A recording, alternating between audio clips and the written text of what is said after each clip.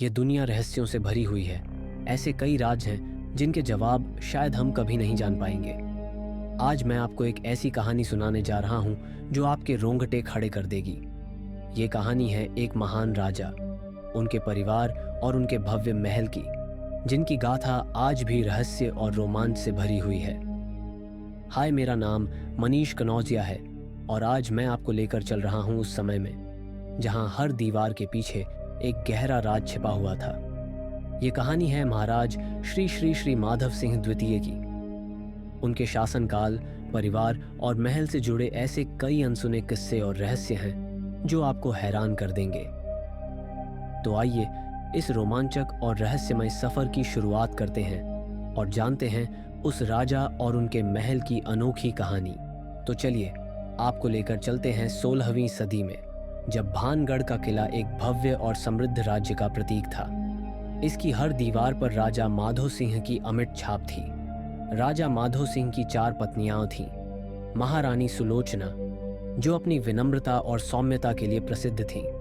महारानी पद्मावती, जिनकी बुद्धिमानी और प्रबंधन कौशल ने राज्य की प्रगति में अहम भूमिका निभाई। महारानी शारदा, जिन्हें कला और संगीत का गहरा ज्ञान था। और महारानी यशोदा, जो अपनी करुणा और दयालुता के लिए जानी जाती थी। इन चारों रानियों से उनके 4 बेटे और 7 बेटियां हुईं। सबसे बड़े बेटे युवराज आदित्य सिंह थे। उनके बाद राजकुमार प्रताप सिंह, राजकुमार अजय सिंह और सबसे छोटे राजकुमार करण सिंह थे। उनकी बेटियां चंद्रलेखा, कमलावती, इंद्राणी, पुष्पा, सुभद्रा, कावेरी और सबसे छोटी बेटी सरस्वती थी। इन सभी संतानों में सबसे बड़ी बेटी राजकुमारी रत्नावती थी। राजकुमारी रत्नावती राजा श्री श्री श्री माधो सिंह की लाडली और अत्यंत प्रिय बेटी थी। रत्नावती को अपनी अद्वितीय सुंदरता, साहस और बुद्धिमानी के लिए पूरे राज्य में सम्मान प्राप्त था। वह न केवल शारीरिक सुंदरता में अद्वितीय थी, बल्कि उन्होंने राजनीति और कूटनीति में भी महारत हासिल की थी। राजकुमारी को कला और संगीत का गहरा शौक था। उनकी आवाज़ इतनी मधुर थी कि जब वह गाती थीं तो पूरे महल में एक दिव्य वातावरण बन जाता था। उनकी बुद्धिमानी और चतुराई ने उन्हें राज दरबार में भी एक महत्वपूर्ण स्थान दिलाया। वह अपने राज्य के कल्याण के लिए हमेशा चिंतित रहती थी और उन्होंने कई जनहित के कार्यों में सक्रिय भूमिका निभाई। राजकुमारी रत्नावती को घुड़सवारी और तलवारबाजी का भी गहरा ज्ञान था। युद्ध के समय वह अपने भाइयों के साथ सेना का नेतृत्व करने में सक्षम थीं। राजकुमारी रत्नावती इतनी सुंदर थीं कि जब वह बड़ी हुईं तो उनकी सुंदरता का बखान पूरे राज्य में होने लगा। कई राजा और राजकुमार उनसे विवाह का प्रस्ताव लेकर आए, लेकिन राजकुमारी केवल सुंदर नहीं थी, वह अत्यंत बुद्धिमान और विवेकशील भी थीं। उनकी सुंदरता और बुद्धिमानी ने उन्हें भानगढ़ का गौरव बना दिया था। राजकुमारी का व्यक्तित्व इतना प्रभावशाली था कि उनके आसपास के लोग उन्हें देवी स्वरूप मानते थे। उनकी आंखों में ऐसा तेज था जो हर किसी को उनकी ओर आकर्षित करता था, लेकिन उनकी बुद्धिमत्ता और नेतृत्व क्षमता उन्हें और भी खास बनाती थी। रत्नावती अपने हर निर्णय में न केवल शालीनता दिखाती थी, बल्कि उनके फैसलों में गहरी सोच और भविष्य की समझ का परिचय मिलता था। उन्होंने महिलाओं की स्थिति को बेहतर बनाने के लिए कई क्रांतिकारी कदम उठाए और शिक्षा के महत्व को बढ़ावा देकर समाज को एक नई दिशा दी। सब कुछ सामान्य और समृद्ध चल रहा था, लेकिन एक दिन पड़ोसी गांव में रहने वाले एक तांत्रिक सिंधु सेवड़ा को राजा श्री श्री श्री माधो सिंह ने अपने महल में किसी विशेष कारणवश बुलाया। सिंधु सेवड़ा अपनी काली शक्तियों और गहरे जादुई ज्ञान के लिए जाना जाता था। महल में आमंत्रित किए जाने के पीछे का कारण तांत्रिक की अद्भुत शक्तियों का उपयोग करना था। लेकिन जब सिंधु सेवड़ा ने पहली बार राजकुमारी रत्नावती को देखा तो वह उनकी अपार सुंदरता से स्तब्ध रह गया। उसने पहले केवल उनकी सुंदरता के किस्से सुने थे, लेकिन जब उसने उन्हें सामने से देखा तो उसे यह एहसास हुआ कि वह कथाएं भी उनकी वास्तविक सुंदरता के आगे फीकी थीं। उनकी तेजस्विता और आकर्षण ने सिंधु सेवड़ा को पूरी तरह से मोहित कर लिया। उसकी आंखें जैसे राजकुमारी के चेहरे से हट ही नहीं पा रही थीं। उसके मन में एक विचार आया और वह विचार धीरे धीरे एक योजना में बदल गया। उसने ठान लिया कि वह किसी भी कीमत पर राजकुमारी को हासिल करेगा। वह जानता था कि राजकुमारी को सीधे तौर पर पाना असंभव था, इसलिए उसने अपने काले जादू का सहारा लिया। एक दिन महल में भव्य आयोजन था और पूरा वातावरण चहल पहल से भरा हुआ था। महल के हर कोने में लोग अपनी अपनी तैयारियों में व्यस्त थे।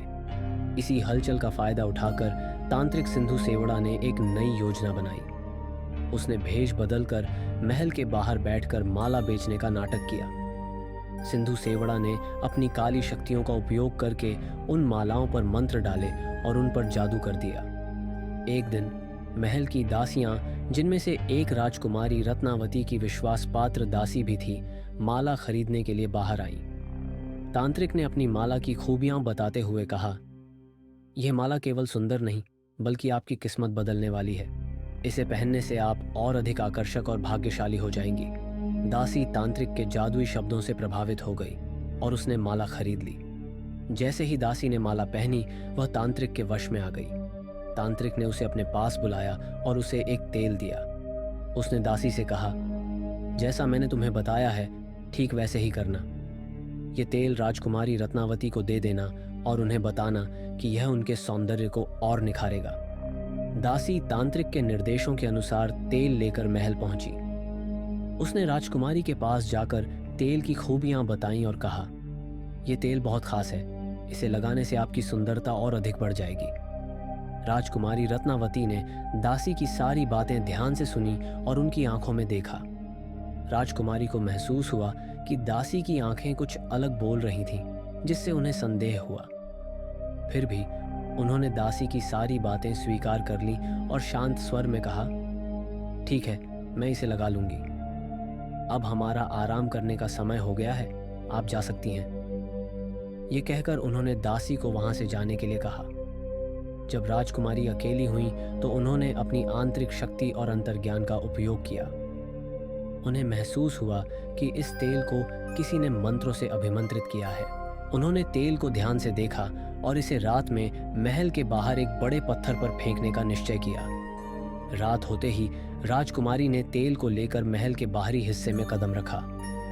उन्होंने तेल को एक बड़े पत्थर पर फेंक दिया। जैसे ही तेल पत्थर पर गिरा, उसमें से जादुई तरीके से एक चमकदार रोशनी निकली। ये रोशनी कुछ समय तक आकाश में चमकती रही और फिर धीरे धीरे गायब हो गई। कहते हैं, जैसे ही वह तेल गिरा, वह एक विशाल पत्थर में बदल गया और जादुई तरीके से सिंधु सेवड़ा की ओर लुढ़कने लगा। पत्थर जैसे जैसे उसके करीब आता गया, उसकी गति बढ़ती गई। सिंधु सेवड़ा इस अप्रत्याशित घटना से भयभीत हो गया, लेकिन उसके पास बचने का कोई रास्ता नहीं था। वह पत्थर अंततः उससे टकराया और उसे कुचल दिया। जैसे ही सिंधु सेवड़ा अंतिम सांसें ले रहा था, उसकी आंखों में क्रोध और हताशा झलक रही थी। अपने जीवन के अंतिम क्षणों में उसने अपनी समस्त काली शक्तियों को समेटते हुए एक भयानक श्राप दिया। उसने कहा, यह महल, यह स्थान और यहाँ के लोग, कोई भी यहाँ शांति से नहीं रह पाएगा। हर कोई यहाँ से भागेगा या मारा जाएगा। इस भूमि पर केवल अंधकार और भय का साम्राज्य रहेगा। सिंधु सेवड़ा का श्राप पूरे भानगढ़ में गूंज उठा। इस श्राप के बाद राजा श्री श्री श्री माधो सिंह और राजकुमारी रत्नावती ने इस अभिशाप से मुक्त होने के लिए हर संभव प्रयास किया। उन्होंने कई विद्वान पंडितों को बुलाया और विभिन्न अनुष्ठानों का आयोजन किया। आसपास के राज्यों के ज्ञानी और तांत्रिक भी बुलाए गए, जिन्होंने इस श्राप को समाप्त करने की कोशिश की। राजा माधो सिंह और राजकुमारी ने कई तीर्थ स्थलों की यात्रा भी की। उन्होंने वहां जाकर पूजा पाठ और तपस्या की ताकि भानगढ़ को इस अभिशाप से मुक्ति मिल सके, लेकिन हर प्रयास असफल रहा। कहा जाता है कि एक बार राजकुमारी ने एक महान तपस्वी से भानगढ़ के लिए प्रार्थना की, लेकिन तपस्वी ने कहा, यह श्राप इतनी शक्तिशाली ऊर्जा से भरा है कि इसे समाप्त करना असंभव है। इस स्थान को इसकी नियति मानकर स्वीकार करना ही होगा। लेकिन इसके कुछ ही महीनों बाद पड़ोसी दुश्मनों ने भानगढ़ के किले पर अचानक हमला कर दिया। यह हमला इतना भीषण था कि राजा श्री श्री श्री माधो सिंह और उनकी सेना को संगठित होने का समय नहीं मिला। किले के चारों तरफ दुश्मनों ने घेराबंदी कर दी। राजकुमारी रत्नावती और उनके भाइयों ने पूरी बहादुरी के साथ दुश्मनों का सामना किया। राजकुमारी रत्नावती ने अपनी तलवार उठाई और अपनी सेना के साथ युद्ध भूमि में कूद पड़ी। वह एक कुशल योद्धा थीं और उनके हर प्रहार से दुश्मन डरते थे, लेकिन दुश्मनों की संख्या बहुत अधिक थी। उनके भाइयों ने भी युद्ध में अपनी जान दी, लेकिन अंत में किला दुश्मनों के कब्जे में चला गया। युद्ध भूमि में खून की नदियां बह रही थीं। दुश्मनों ने महल में घुसकर वहां के निवासियों को भी नहीं छोड़ा। राजकुमारी रत्नावती अपनी आखिरी सांस तक लड़ती रहीं। उनकी बहादुरी ने दुश्मनों को थमने पर मजबूर कर दिया, लेकिन अंत में वह भी वीर गति को प्राप्त हुई। मृत्यु से पहले राजकुमारी रत्नावती ने अपनी आखिरी सांस में श्राप दिया, जिस तरह तुमने निर्दोष लोगों को मारा है, उसी तरह यह किला तुम्हारे लिए भी अभिशाप बनेगा। मेरे मरने के बाद यहाँ कोई नहीं रह सकेगा। यह स्थान हमेशा वीरान और श्रापित रहेगा। कहते हैं उस दिन के बाद से भानगढ़ का किला वीरान हो गया। वहां रहने वाले लोग या तो भाग गए या किसी अनहोनी का शिकार हो गए। आज भी किले की दीवारों में उनकी चीखें और वह भयानक युद्ध गूंजता है। यह स्थान आज भी रहस्यमयी और डरावना बना हुआ है, जहां राजकुमारी रत्नावती, उनके परिवार और यहाँ तक कि तांत्रिक सिंधु सेवड़ा की आत्माएं भी भटकती हैं।